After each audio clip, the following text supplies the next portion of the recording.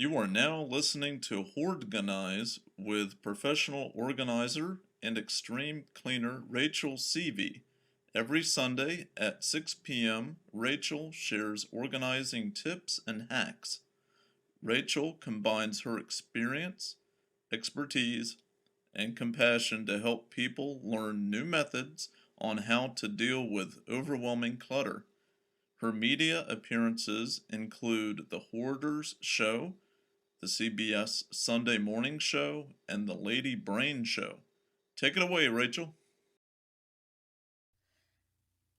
Hey, collectors! Wow, that was quite the introduction from Super Dave. Thank you. Welcome to Hoardganize. I'm super excited to have you here. This podcast features organizing tips and hacks for hoarders and collectors, people just like you. First off, I'd like to introduce myself. My name is Rachel Seavey, and I am a professional organizer. I am an extreme cleaner, and I love, love, love essential oils, which we'll be talking about in the podcast as well. I have an 8-year-old boy who I adore to the moon and back. I have the most amazing partner named Tony Leonardini. He will be featured on the podcast when we talk a little bit about extreme cleaning.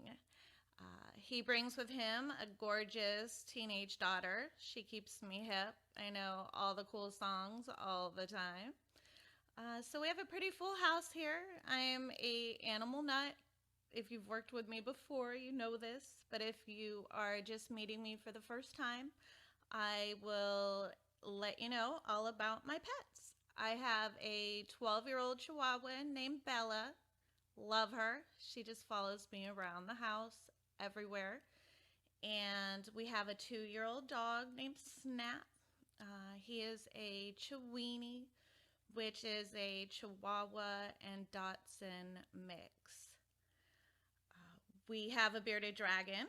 Her name is Jade, and she's about 2 years old and loves doing dragon things like eating worms and crawling around.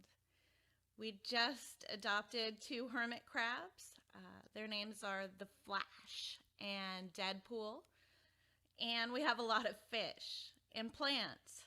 So I want to tell you this because I live in a full home and I have a lot of responsibilities at home. Just like you, I have dishes and laundry. And so the information you will be learning on my podcast are tips and hacks that'll help you maintain your home and still live a life that you love. I work every day in the field with people just like you. My clients vary from all different ages, races, sexes, sizes. I have low income clients that are funded through the city that I visit. And I have celebrity clients who are overflowing with abundance. I have definitely seen it all. If I had to describe a typical collector care client, I would describe her as an I say she or her because most of my clients are women. Mostly women ask me for help. I do know that men struggle with hoarding as well, but my typical client is definitely a woman. She's educated, she is caring, she wants to make a change in her life and have a more productive and clutterless life. And she is aware that there is definitely a problem going on inside of her home and most likely inside of her heart. So let's start painting the picture in our minds about my average client. Okay, we have a caring, educated woman between the ages of 45 and 75. She's overwhelmed with clutter. She usually has at least one pet, one cat or dog who's completely spoiled beyond means. Most of my clients have definitely tried decluttering by themselves, and it has not worked out. Uh, Neither conventional methods or things they've read in books, CDs, having friends help them out, family helping them out, nothing has worked. They feel like they have pretty much exhausted all of their resources. My clients have 101 bins, bags, boxes, crates, whatever kind of container. Most of them are empty, and the stuff is outside on the floor or on flat surfaces.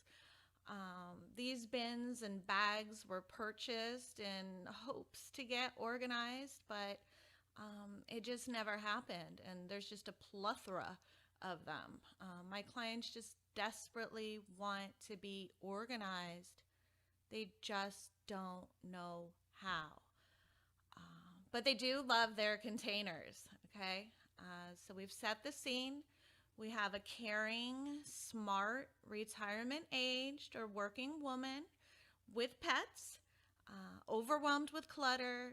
Conventional organizing methods have not worked, and she's got containers. Okay. So let's talk about the physical ailments and disabilities that she might have. I often deal with people who have fibromyalgia, arthritis, chronic fatigue, chronic depression, Lyme disease, cancer, diabetes. It is very hard to stay clean and organized when you have one or more of these ailments. To relieve the pain from these ailments and disabilities, a lot of the times my clients are doused in heavy medication, making them lethargic, unmotivated, sleepy, and it's no wonder the laundry hasn't gotten done and the dishes haven't been done. Not only she's in pain, but she's taking pain medicine, which is making her completely lethargic and loopy. The last thing that my typical client has in common is a poor diet. My typical client is overweight. She hasn't had the energy to cook, probably because of her ailments and her medication. And if she did want to cook, her kitchen is a hot mess, so she can't cook at this moment. So the easiest thing to do is call for a pizza, drive to the local fast food place, and eat a quick meal that requires very little effort and very little cleanup. A lot of these fast foods are just garbage. They have absolutely no nutritional value. They just pack on the pounds. So now my typical client is self-conscious. She doesn't want to go into a healthy eating establishment because she's overweight and ashamed. So she indulges on high fat, high cholesterol food, and it's comforting. And she's eating it at high quantities. Food is an addiction. Food can be euphoric. Food companies add craveability to these things that my typical client is eating. They are craving these items, and it's not a coincidence. So, besides being caring and intelligent, loving containers, being in pain, doused in heavy medication, surrounded by clutter, overweight, malnourished, my typical client usually has at least one or two pets, usually closer to five. Don't think I'm a hypocrite. It's very different. I take very good care of my animals, and there is no clutter stopping them. I am not stopping them from using the bathroom in proper places. So, a lot of the time, since my clients are so overweight and so tired, they're not cleaning the litter pan, they're not taking the dogs out. So, the pets are going to the bathroom in the house. And they're upset. They're angry. Animals don't like that. So they're destroying the house. So I hope I have painted a very clear picture of my typical client's external clutter. She's overwhelmed. She's container ready. She's in pain, but she's on medication. She's overweight, surrounded by garbage and clutter, and now most likely animal waste. Depressing it is. Which brings me to the most common traits my clients have. Are you embarrassed and ashamed to have people over? Do you need expert advice on the tools you need to begin decluttering? Hoarding and chronic disorganization specialist Rachel Seavey offers one-on-one consultations for people who are ready to make a change. For more information, visit collectorcare.com. The most common trait that my clients have that I personally work with is depression. This is depression usually caused by loss or trauma in their life. And now they're even more depressed because of their clutter and their surroundings. Uh, Depression, treated and untreated, is very hard to combat with or without clutter. My typical client is usually at her wits' end. She's willing to ask for professional help at this point. The second most common trait that I run into is ADD or ADHD. Throw being distracted into that mix, and you've really created a hoardnado. So, you've learned a little bit about me, a little bit about my typical client, and let's learn a little bit about this podcast. What makes this podcast so special? This podcast caters specifically to people with extreme clutter or extreme overwhelm about their surroundings. Are you surrounded by clutter? Do you know where to start? Does decluttering create extreme anxiety for you? Do you want to get your life out of chaos? Hoardganize is an informational, do it yourself podcast that shows you how to organize your hoard. You will learn tools and tips on how to approach your clutter so you can actually use your stuff. What a concept. I know that you actually want to use your stuff because you love your stuff. And I know this. I do know that you're not using your stuff because it's buried and you've become overwhelmed and that you are buying duplicates. So, this podcast will save you time and money. Collectors, with stuff, with the Hoardganize podcast, it is not all or nothing. We do not have all or nothing thinking here. You can have more stuff than the average person.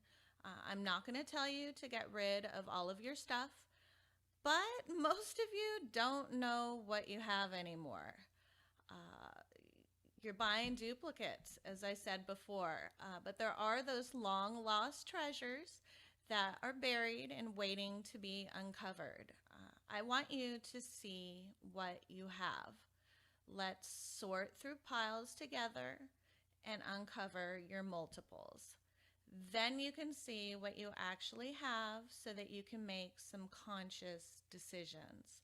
I want you to get hoardganized. You do not have to be a hoarder to listen to this podcast. You can be an overwhelmed collector. You could be chronically disorganized. Actually, a very small percentage of my clientele are actually true hoarders. Most of my clients are not. They are chronically disorganized. Chronic disorganization can stem from injury, illness, mental illness, sometimes life changes, divorce, grief. I will discuss chronic disorganization in later podcasts, but it is important for you to know that your disorganization may not actually be hoarding at all. Stay tuned, and we will be talking all about hoarding disorder and all about some personal methods that I use in the field with my clients. So, where did I come up with the name Hoardganize? uh, Organizing celebrity, and my mentor Geraldine Thomas once said it, and I loved it. Geraldine will be featured in an interview next year, so look out for that podcast. But my personal interpretation of the word hoardganize is basically what I do on a lot of my jobs.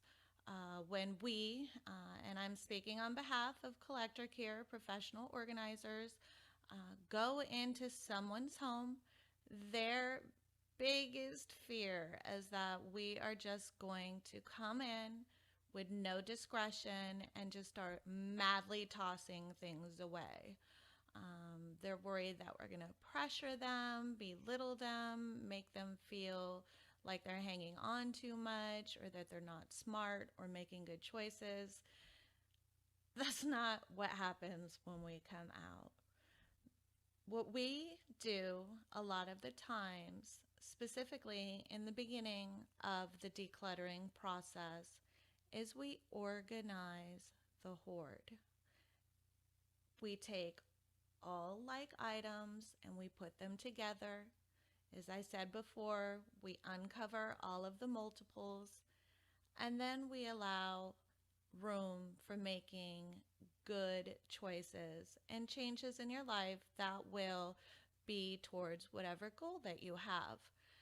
It's not about being a minimalist with Collector Care or with a Hoardganize podcast. It's about knowing what you have, organizing it, seeing if you can let go of some of it. I will be showing you methods that I use to get rid of clutter, decisions that I go through personally when I'm working with clients, deciding on sentimental items, items that might cause some sort of anxiety in your life. This podcast is geared for people that really need some extra assistance going through their items. And so, if you are a do it yourself type or you can't afford a professional organizer, the Hoardganize podcast will teach you how to organize your hoard all by yourself. Wouldn't it be nice to have all of your like items together? Do you think it'd be easier to purge if you saw how many hairbrushes you really did have?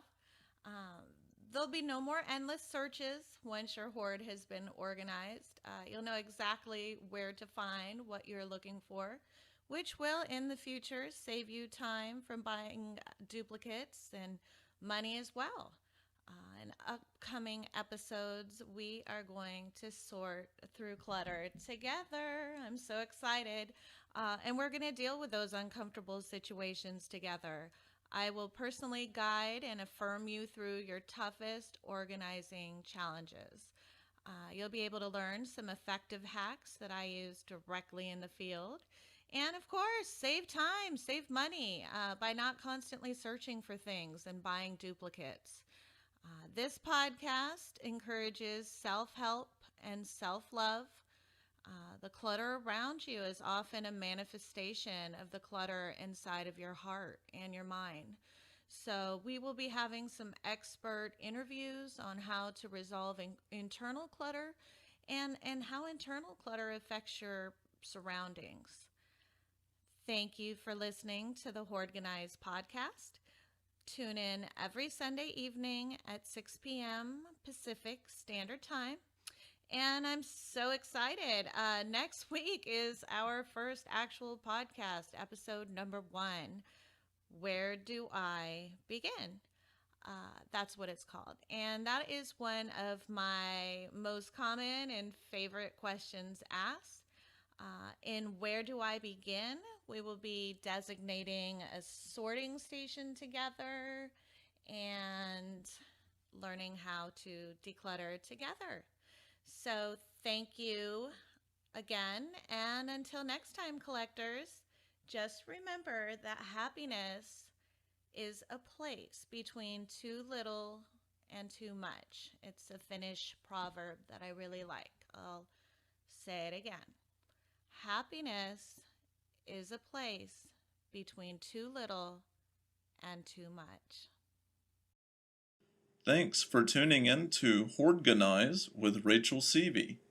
Listen every Sunday at 6 p.m. or watch on Collector Care's YouTube channel. Rachel is the owner of Collector Care Professional Organizers and Extreme Cleaners located in sunny Northern California. Her passion is helping those overwhelmed with clutter, and she regularly speaks to families, local agencies, and the public about chronic disorganization and hoarding disorder. Her popular Affirmations for Collectors download can be found on iTunes or Amazon. Sign up for her blog and receive 7 tips for clutter-free living at collectorcare.com.